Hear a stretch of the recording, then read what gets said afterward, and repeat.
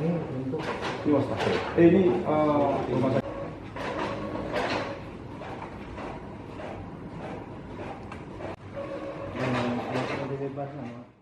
Polda Aceh menetapkan mantan Kepala Dinas Pendidikan atau Kadisdik Aceh RF, serta 2 tersangka lainnya yakni ZF dan ML dalam kasus pengadaan wastafel atau tempat cuci tangan di sekolah.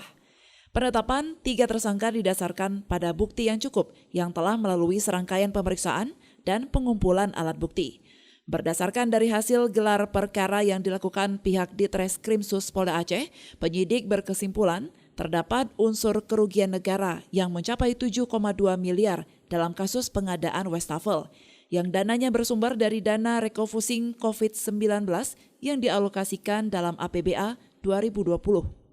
Direktur Reserse Kriminal Khusus Polda Aceh Kombes Pol Winardi mengatakan 3 tersangka ini merupakan pengguna anggaran berinisial RF, pejabat pelaksana teknis kegiatan atau PPTK inisial ZF, dan pejabat pengadaan berinisial ML. Sebelumnya kita sudah menerima hasil penghitungan kerugian keuangan negara dari BPKP sekitar 7,2 miliar. Nah, dengan itu kita tindak lanjut lagi dengan gelar perkara penetapan tersangka. Menetapkan 3 tersangka dari pihak dinas, yaitu RF sebagai pengguna anggaran, kemudian Z selaku PPTK, dan M selaku pejabat pengadaan. Nah, dari 3 ini itu ada kemungkinan akan berkembang, ya, bertambah lagi tersangkanya. Kita lagi mendalami dulu perannya ini sambil kita mendalami dokumen dan hasil audit dari BPKP untuk menetapkan tersangka berikutnya.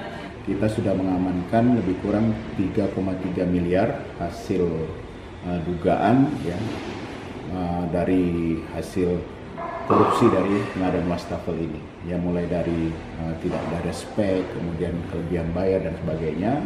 Dari vendor-vendor itu kita coba persuasif untuk mengembalikan kerugian keuangan negara. Ketiga tersangka belum dilakukan penahanan.